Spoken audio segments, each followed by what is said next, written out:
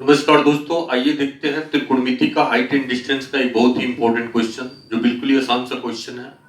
यह क्वेश्चन जो है बोर्ड के एग्जाम में कई बार पूछा हुआ है। आइए देखते हैं। क्वेश्चन कर रहा है, एक पेंडेस्टल के शिखर पर 1.6 मीटर ऊंची मूर्ति लगी है। भूमि के एक बिंदु से मूर्ति के शिखर का उन्नयन कोण 60 डिग्री दिया है। उसी बिंदु से पेंडेस्टल के शिखर का उन्नयन कोण 45 डिग्री दिया है। तो पेंडेस्टल की ऊंचाई निकालना है। बिल्कुल आसान सा क्वेश्चन। आइए देखते हैं, एक एक करके स्टेप बाय स्टेप पढ़ते हैं और उसको फिगर के रूप में कन्वर्ट करते हैं।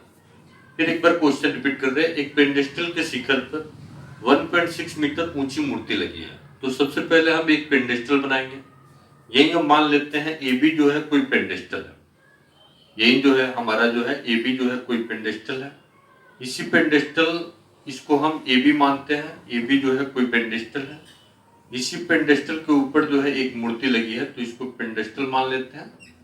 यह पेंडेस्टल है। इसके ऊपर जो है हम मान लेते हैं यही कोई जो है मूर्ति लगी हुई है।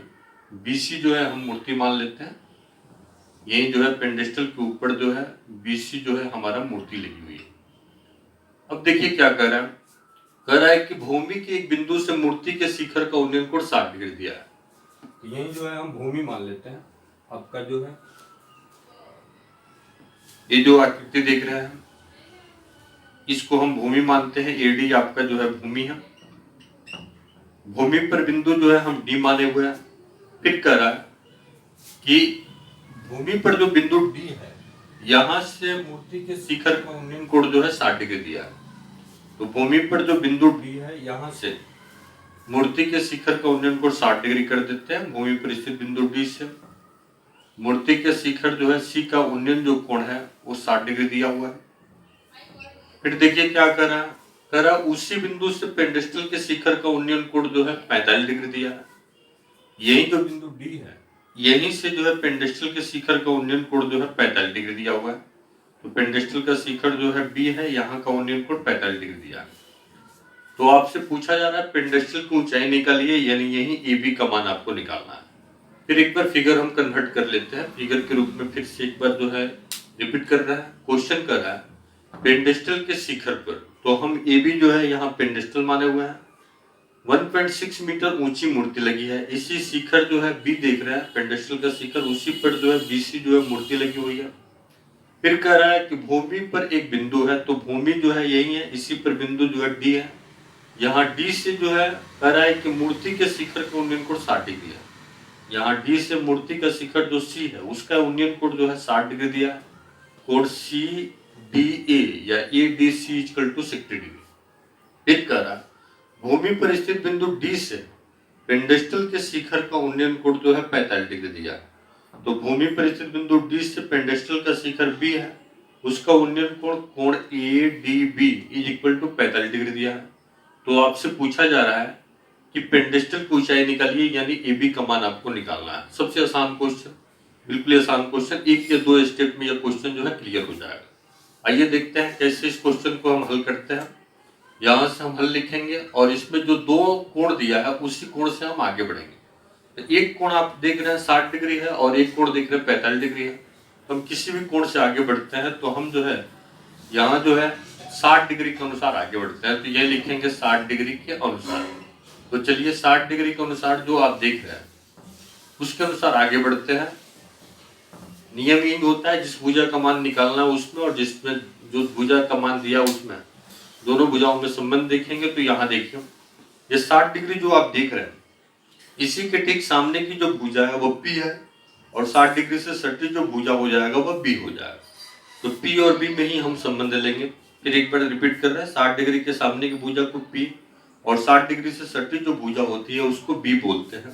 तो पी और बी में हम संबंध यहाँ लेते हैं। तो पी और बी में संबंध आप जानते हैं, P by B equal to होता है tan थीटा। इसमें मान हम बैठाते हैं पी का, बी का और थीटा का। तो पी देख रहे हैं यहाँ जो है यहाँ से यहाँ तक की दूरी, यानी एसी दूरी जो है वो आपका जो है पी का मान हो जाएगा। यहाँ से यहाँ तक की दूरी इस सवाल में जो है मूर्ति की ऊंचाई जो दिया हुआ है 1.6 दिया हुआ है, तो 1.6 हम यहाँ दिखा देंगे। यही एसी दूरी हो जाएगा। तो एसी दूरी में दो भाग है। 60 डिग्री के अनुसार पी का मान जो है एसी हो जाएगा, तो एसी में दो भाग है। एक ए बी है, दूसरा बी सी है, तो ए बी का मान तो निकालना है, बी सी का मान दिया है 1.6, तो A B plus B C की जगह पर 1.6 हम लिख देंगे।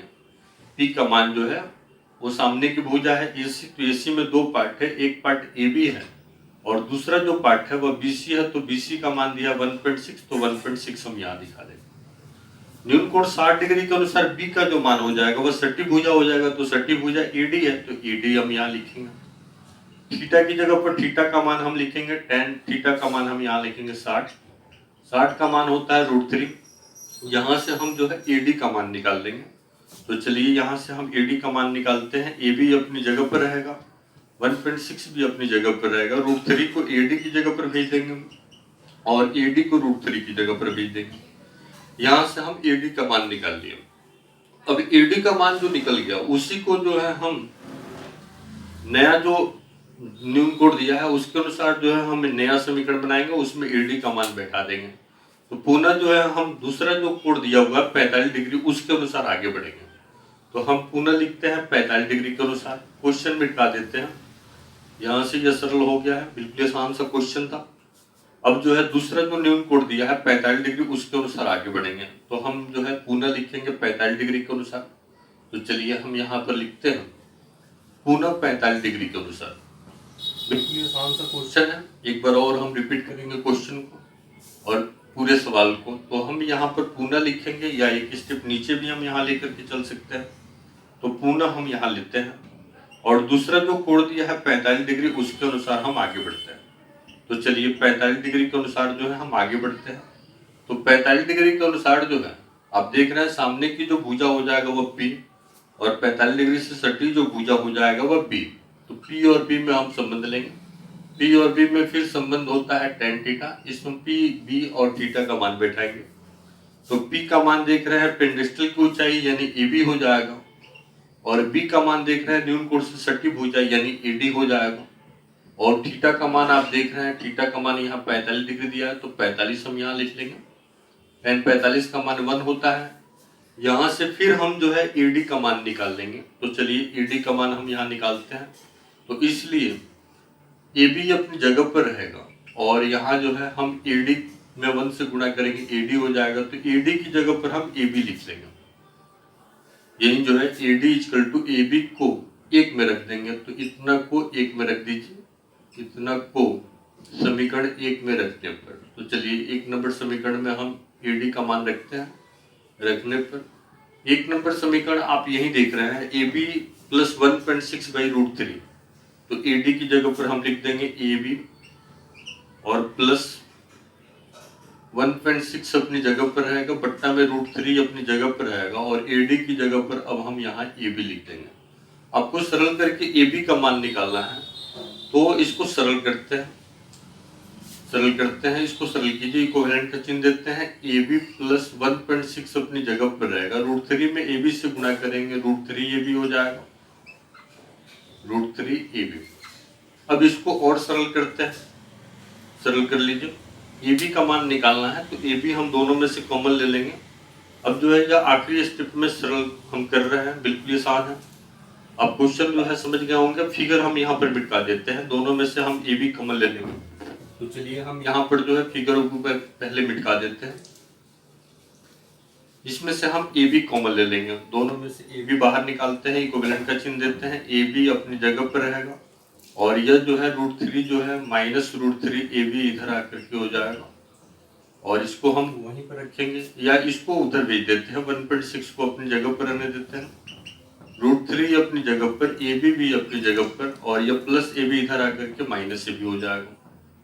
1.6 अपनी जगह पर रहने देंगे, दोनों में से जो है AB हम कॉमन यहाँ ले लेंगे, यहाँ बच जाएगा √3 माइनस 1।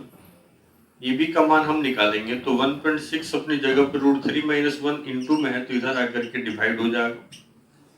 √3 माइनस 1 को हर का परिमेयकरण करेंगे, तो √3 माइनस 1 है, A माइनस B है, तो ऊपर नीचे A प्लस B से गुणा करेंगे, √3 प्लस 1 से ऊपर भी और √3 प्लस 1 से नीचे भी, और AB अपनी जगह पर रहेगा। इसको सरल कर लेते हैं, सरल कीजिए। 1.6 अपनी जगह पर रहेगा और √3 प्लस 1 भी अपनी जगह पर रहेगा। और यहाँ a plus B into A minus B के रूप में है, तो A square minus B square होता है, यानी a स्क्वायर करेंगे तो 3 हो जाएगा, b स्क्वायर करेंगे तो 1 हो जाएगा। तो इसको सरल करेंगे तो 2 हो जाएगा, डायरेक्ट आप घटा सकते हैं। ये घटाइएगा तो 0.8 हो जाएगा इंटू √3 प्लस 1 मीटर, यही आपका आंसर हो जाएगा। बिल्कुल आसान सा क्वेश्चन था। आप 1-2 बार जो है जरूर जो है वीडियो को देखिएगा, निश्चित रूप से आपको समझ में आ जाएगा। दोस्तों, आपको हमारा काम पसंद आता है तो आप हमारे चैनल को निश्चित रूप से सब्सक्राइब कीजिए, शेयर कीजिए, कमेंट कीजिए, लाइक कीजिए। बहुत बहुत धन्यवाद। Thank you.